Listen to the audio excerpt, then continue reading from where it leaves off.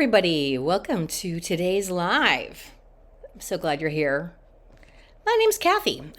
Of course, my cat has to pipe in the minute I start talking. She likes to join in, so don't be surprised if you see her come wobbling into the room. I wanted to kind of talk about how to begin your journey. Oh, there she is. Luna, what are you doing? Oh, poor baby. She's got a neurological condition, so she's a wobbly cat, technically. Anyway, I'm so glad you're here. You know, I just ran a 5-day challenge in February, and I went through all of my, I want to say, overview of how to heal. And I taught all of the tools that I used when I healed my own voice in this 5-day challenge. And so I know some people just joined the group and they missed the 5-day challenge. So this is my response to kind of fitting in some of the information when I can in between challenges, because you can't keep up the progress of teaching the 5-day challenge all the time. But I'll be doing another one in May. Keep an eye out for that, because I plan to once again repeat what I did before, just because I think it is so beneficial, because it puts us in this container for like almost a whole week, and we get to really go deep on how I healed myself, all of the ins and outs, all the do's and don'ts, all of the mistakes that I made, all of the things that I found helpful, the hacks that I used to do it. So today is going to be just talking about an overview of how to get going. And then I think one of the most important things that we have to address in order to do that, though, is to discuss the root causes of spasmodic dysphonia and other voice disorders too, for that matter, because I know there's some folks in here that haven't gotten an official spasmodic dysphonia diagnosis, but that still doesn't mean that this information is not going to help you. Because diagnoses are simply a collection of symptoms. The way doctors categorize diagnoses is you have X, Y, and Z. This other diagnosis has A, B, C. The thing is in the autoimmune world, in the neurological world, we have a lot of overlap in all of these things. Let's say you have the people who have been diagnosed with spasmodic dysphonia have, tremoring voices. They have the voices that break.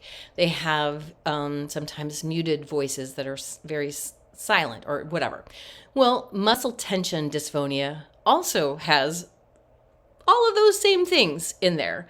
And vocal cord dysfunction also has a lot of those same things in there. So depending on what doctor you go to, you may or may not get the diagnosis. It doesn't matter. All of it is the same thing. We all have to acknowledge that it is basically an inflammation of the vagus nerve. The vagus nerve is a super, super important nerve in our body, because it runs from the brainstem through the body all the way down to the reproductive organs. And it is responsible for so many things in our body. When I say vagus nerve, I'm using the term kind of broadly to encompass all of the branches that come off of the vagus nerve too. So it affects your eyesight, it affects your sense of smell, your saliva production, your taste, your swallowing, your voice, your breath, your heart rate, your digestion, and then it has an implication onto the adrenal glands and also the reproductive organs as well. This vagus nerve is pretty important, and coincidentally, it is also the emotional center of the body. So when we have an emotional disruption of some sort, perhaps it doesn't even have to be trauma with a big T. It can be a trauma with a little t. But whenever we encounter things in our life, prolonged stress, emotional difficulties, just normal life things that happen, a death of a loved one, moving, divorce, getting married, having a child, all of these life changes affect our vagus nerve. What's it? My dog is now she's piping up. When we have an overstimulation of the vagus nerve, and it doesn't matter where along the vagus nerve, because it, like I said, it controls a lot of different things. Same thing though, occurs everywhere. along the nerve, we get these little openings in the myelin sheath of this nerve or their branches that allow an opening for invaders to come in. We also happen to have, all of us, have pathogens in our body. We have bacteria, we have viruses, we have all sorts of things like that all the time. And even if you don't actively have symptoms, traditional symptoms, let's put it that way, like a cold and a flu, something like that, doesn't mean that you don't have viruses in your body, because the colony of the viruses live indefinitely in our bodies. Now, whether or not we are experiencing these kinds of symptoms, neurological symptoms, autoimmune symptoms, these are also symptoms of having the viruses, but it's not widely acknowledged by Western medicine yet. Although things like MS, there have been studies that have linked MS to Epstein-Barr virus. I'm seeing more and more of this come into light in the general population, which is amazing, because this helps me get the message out that your body's not faulty. You're not faulty. Unfortunately, sometimes when we have this voice difficulty, we start thinking of ourselves as less than and damaged and somehow not as good as other people, which is absolutely false. We all have so much to share, so much to do on this earth. We have our purpose to live. And having a little bit of a dysfunction does not take away all of the wonderful contributions that we can still make. I want to encourage you guys to start thinking of this voice difficulty as an injury instead of as a chronic, forever, like lifelong, like monkey on your back.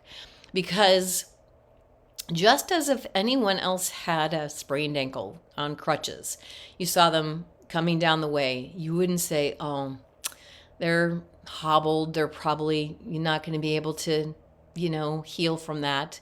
No, we know that you're going to heal from that. And you know that they're going to be able to get their strength back and once again resume their normal activities. Well, similarly, as we set the stage for our healing, which means we have to start getting rid of some of those invaders. Another thing we have to do is get rid of the heavy metals that are also in our bodies. We are all exposed to toxins every single day, whether we know it or not. Toxins are in our food, that is, in the pesticides that are sprayed. It's in our air. It's in our water. They're in our products that we use in our house and on our bodies. So the thing is, we have to just become aware of all of this. And we're going to, just as spasmodic dysphonia is death by 1,000 cuts, it's a cumulative thing that incorporates many things. We're going to start getting our healing and our redemption by 1,000 good choices and upgrade our way of being. And so this is all going to be so fascinating. You're going to really enjoy this. If you truly embark on this journey, you will not be the same person you were at the beginning of it. I promise you that. Because the same thinking that got us into this situation is not the same thinking that's going to get us out of it. So we have to set the stage, as I was saying before, to allow the nerve to repair itself, because the body knows how to heal itself. All you have to do is cut your finger to see that. But also, if you cut your finger and there's a bacterial infection in that finger, it's not going to heal. Similarly, our nerves, when we have viruses that are nestled into those little openings in the myelin sheath, it's like a string of yarn that has these little root hairs that are coming off of the main string. And that's where the pathogens, the Epstein-Barr virus, the shingles virus can nestle in there. You throw in the heavy metals that are super toxic, very neurotoxic. Mercury, for instance, is a known neurotoxin, and yet it's in some pharmaceutical products. It's in silver fillings that are in your teeth. It's in a lot of things that you may not be aware of. And so unfortunately, this is one of the culprits that we have to start detoxing out of our bodies. Pathogens, heavy metals. Okay, now we also have that emotional factor. When we experience traumatic things in our lives, and we all have to some degree or other, we have this tendency to get into a part of our brains, which are the protective part that's supposed to be keeping us safe. That protective part of our brain, I call it the primordial brain, steps up and says, okay, obviously this trauma or prolonged stress was really, really hard on us. We want to make sure that never happens again. And so this part of your brain starts dictating these decisions that you make, this overall feeling in your body based on faulty information. It's presuming that this bad thing that happened in the past could happen again very soon. Now, I'm not completely discounting that. I don't know your situation, but I'm venturing a guess that the bad things that have happened in the past are not currently happening anymore. And the thing is that the only person that's keeping them still alive is us. We're keeping all of that alive because we're allowing the primordial brain to dictate our thoughts, our emotions, our energetic frequency. Look, I don't know how many of you guys know my journey, but I encountered a trauma that basically pushed me over the edge with my spasmodic dysphonia. I was having some vocal problems as a professional singer, but the trauma that I experienced made it so I could no longer talk normally every day. And so I understand how that goes, but also I developed a worldview from that trauma that the world was not safe, people were not kind, and that I needed to have my guard up all the time. Well, this kept me in this adrenalized state. When you're in that adrenalized state, you can't heal. Your body can't heal. Your immune system is suppressed. You're unable to really think clearly because you're stuck in the amygdala part of the brain instead of the prefrontal cortex. You are impaired in so many ways. The cell reproduction and such is not operating at that point. So we need to start overriding that nervous system that has gotten PTSD from the trauma.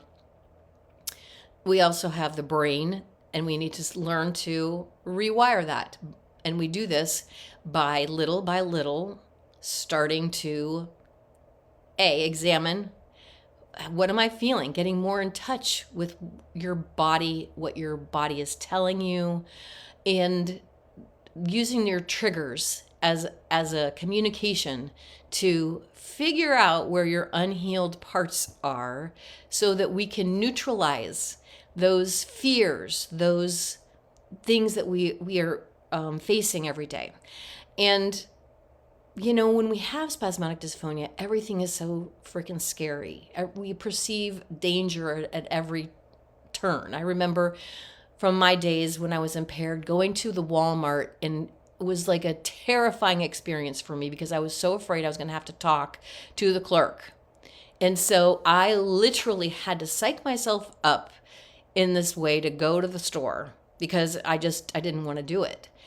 And similarly, I avoided talking on the phone if at all possible. I had my husband make calls for me. I told all of my friends that I could not communicate that way. If they wanted to reach me, they needed to text me or email me or come over if they wanted to talk to me in person. I would talk to them. But it's very isolating doing all of this. And so what I want to encourage you to do as you're reframing your opinion of yourself, because now you're just thinking of yourself as having an injury. And with an injury, that implies a lot more compassion for yourself. That implies a lot more calmness because you know that it's only temporary and you know that you can and you will heal yourself eventually. And even if you're having a bad voice day, it is not the end of the world. And that you are so much more than the sound of your voice. You are not defined by the sound of your voice. So you have things to contribute. And every time you go to talk to people, I want you to start thinking about it as, what contribution can you make? Even if it's just a kindness or a patience with the person on the other end. Trust me, that's been lost in our society. People run on such high adrenaline all the time, and everyone's in fight or flight, so scared that they're not going to be able to get their to-do list done to justify their worthiness, that they're being so unkind to the others around them because they're not even present in the moment. They're just flying from thing to thing. Which also brings me to the other subject of the fact that nobody's really paying that close of attention to your voice. Even if someone makes an offhanded remark, they don't understand. They have no idea that they're stabbing you in the heart when they say things like that. Say, oh, are you cold? Are you sick? Or do you have, a cold? What's going on? Well, they don't understand. They don't know. And bless their heart. Because you know what? I don't know what other people are going through either.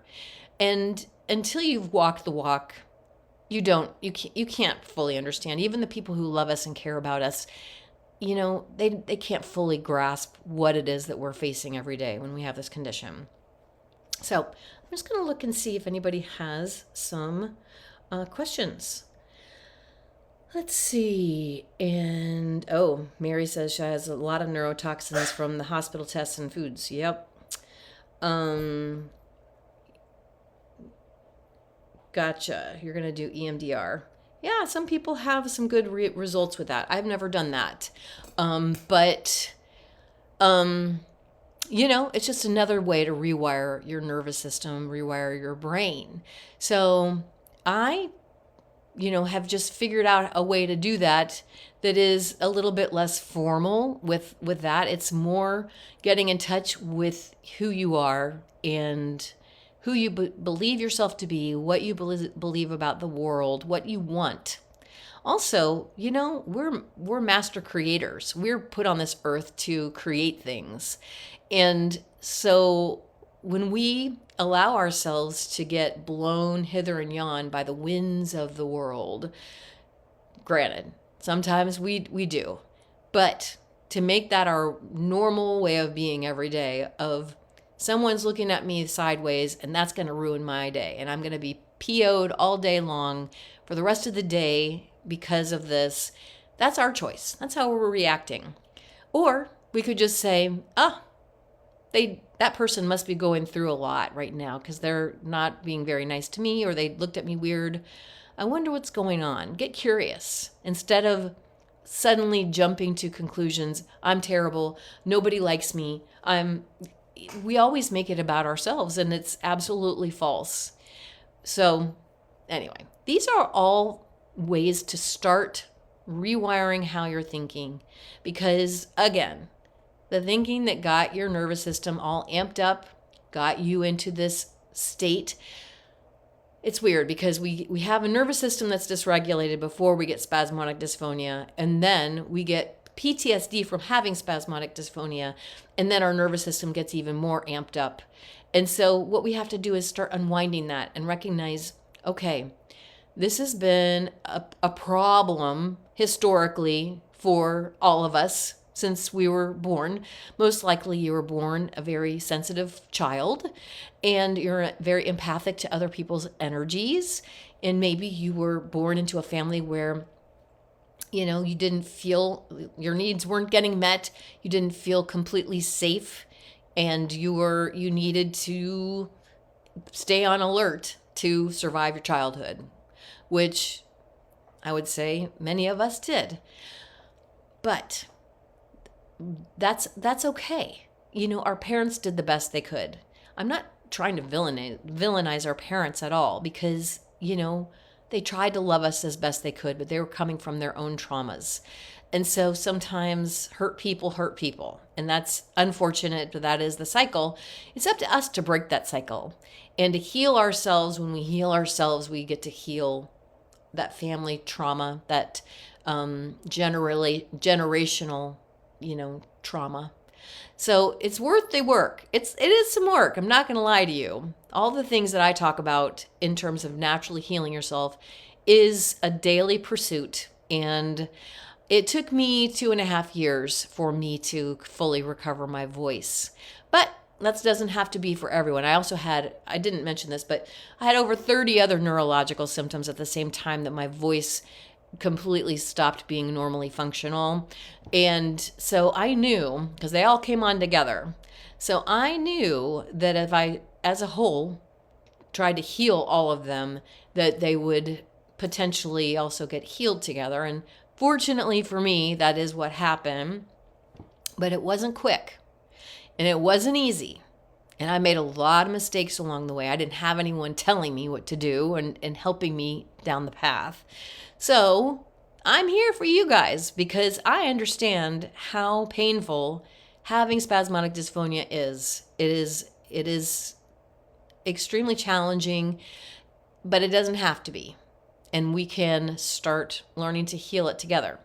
So I discussed earlier, okay, we have the pathogens, we have the heavy metals, we have the nervous system dysregulation. So I will give you a couple things you can start right away.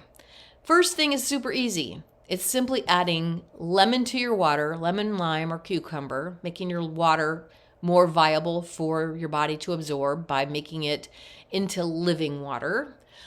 So we add that to our lemon to our water. You can just start with 1/4 of the lemon or go to a half if you want to. Start your day off every day with 16 to 32 ounces of water and flush. Help your body flush out all of the toxins that the liver was eliminating overnight. That's one thing we can start to do because we are all chronically dehydrated. We all don't eat enough raw foods, fresh fruits and vegetables. We don't drink enough water, and even if we are drinking water, it's not water that our body can absorb because if it's been chemically treated by the water plant, it can't be recognized by the cells of the body. So we need to make it recognizable again. That's super easy. Then another thing you can start doing right away is eliminating the foods that feed the viruses that are also adding to the dysfunction of our nerves. You don't have a voice problem, honestly. You have a communication problem from your voice to your brain. And so what we need to do is improve that. And we can do that with some food because neurotransmitters that are the communicators, neurons, they are made out of minerals. So the more building blocks we feed ourselves in the form of fruits and vegetables, the more ability the body has to heal. The body has to build the communicators that we need, the hormones, the neurotransmitters, the enzymes that we need to have a perfectly functioning body. So we have to then also begin removing the heavy metals out of our body. And we do this. I drink a heavy metal detox smoothie. I can put that if you guys want to. I'll put the recipe for the smoothie in the comments below. But it's something that you can start doing to remove the metals. I don't recommend chelation because a lot of times it can just move the metals around in your body and then it's not completely removed. It just causes different problems. So this heavy metal detox smoothie is something you can add to your regimen that is very effective. And you can begin also eliminating the foods that feed those viruses that are in the body. The gluten, dairy, and eggs are the first ones that I would start with. Usually those are the hardest for everybody to get rid of. There's actually a few more, but let's just start small and let's not get too overwhelming. That's another thing too. I don't want to overwhelm you with too much information in the beginning because you guys will feel overwhelmed, and I don't want that. I want you to master little changes along the way in order to make a nice long runway for yourself, because this is a marathon, it's not a sprint. I have to say though, I was mentioning earlier that it took me 2.5 years to heal my voice. I do have a client that did it in a year.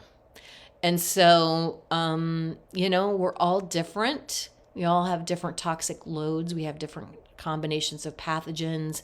We have different stress levels. We're all different. So, I hate to even tell you the time frame for myself, just because that doesn't mean anything for you. You guys have your own time frame. So we're going to add the lemon water in the morning. We're going to add in loads of fruits and vegetables. We're going to start eliminating gluten, dairy, and eggs. And then we're going to potentially start getting things like cilantro and wild blueberries for the smoothie. There's other ingredients you probably will have to order: spirulina, barley grass juice powder, Atlantic dulse. But start accumulating those ingredients so that you can start making yourself that smoothie in the morning for breakfast. And you can, I would start small with it, because it can be powerful. And I couldn't even tolerate the full recipe for a couple of years, honestly, because I had so many neurological issues going on in my body that the detox symptoms from that smoothie would aggravate my neurological symptoms. So it would make me feel really not great. So I suggest starting it very small, like just with a little, like a quarter of the recipe. It calls for a teaspoon of some of the active powders. Just start with a quarter of that and see how you feel. The cilantro that's in there, just start with one sprig of cilantro. Don't start with a cup of cilantro, which is what the recipe calls for. The wild blueberries should be fine. Those are pretty gentle, but they shouldn't be confused with regular blueberries, because wild blueberries have a different amount of anthocyanins and other antioxidants that are super important. And they're also an adaptogen food, which has been kind of cast in fire. They're super strong, and they have adaptive qualities that we want to bring into our bodies as we're healing. And then I want you guys to work on your mindset. And one thing that I want you to start with is just simply your belief about healing. What do you think? Do you think healing is possible? You hear my story. I don't know, is there anybody here that hasn't seen video of me when I was impaired? I can also put that in the comments. But, I'm a success story. I'm starting to have success stories with other people that I've been helping as well. So I just want you to work on your belief about healing, regardless of what you've been told by doctors, because clearly doctors don't know everything. They're not taught nutrition in school. They're not taught to have that whole mind-body connection thing going very much. They're very specialized. The ear, nose, and throat doctor is not the same doctor that will be looking at your tummy troubles. And if you have a hurt foot, then it's a completely different doctor. But all of it's connected. We're all over the systems of the body are connected. And we're all, if one system goes down, it affects the others. So how many of you have digestive issues like heartburn? I know I did. And so digestion is one of the first lines of defense that often gets impaired by, these toxins that we're eating and things like that. Antibiotics that we've taken over the years have destroyed our gut bacteria, the good gut bacteria in our gut. And then, over time, our hydrochloric acid in the stomach weakens. In addition, our liver is overburdened because of all of the pathogens and the toxins that are in our body. So it's not producing bile that can digest the proteins and the fats. So we have all of this chain reaction going on. And then I could go on and on for hours and hours. I'm not going to do that to you guys, but I want you guys to start considering the possibility that healing is possible, and start taking just little actions. We're not looking for giant leaps here. We're looking for 1% change every day. And as we make that 1% change, by the time a whole year goes by, we're going to be on a completely different trajectory. That 1% every day is going to get us completely to a different destination. So I want you to just consider what I'm saying is possible. And, if you're still a little bit skeptical, I would just reason with you that what is the payoff for saying no to what I'm telling you? What is the payoff? You don't have to do the work. You don't have to dismantle your belief system and actually recognize that some of the stuff we've been told isn't actually accurate, and that your old beliefs might not all be true. So the payoff for embracing the possibility that healing is possible, actually consider that possibility, which would be you have your voice back, you have your health back, you have your quality of life, you have your relationships. To me, there's no downside to giving what I'm saying to try a shot.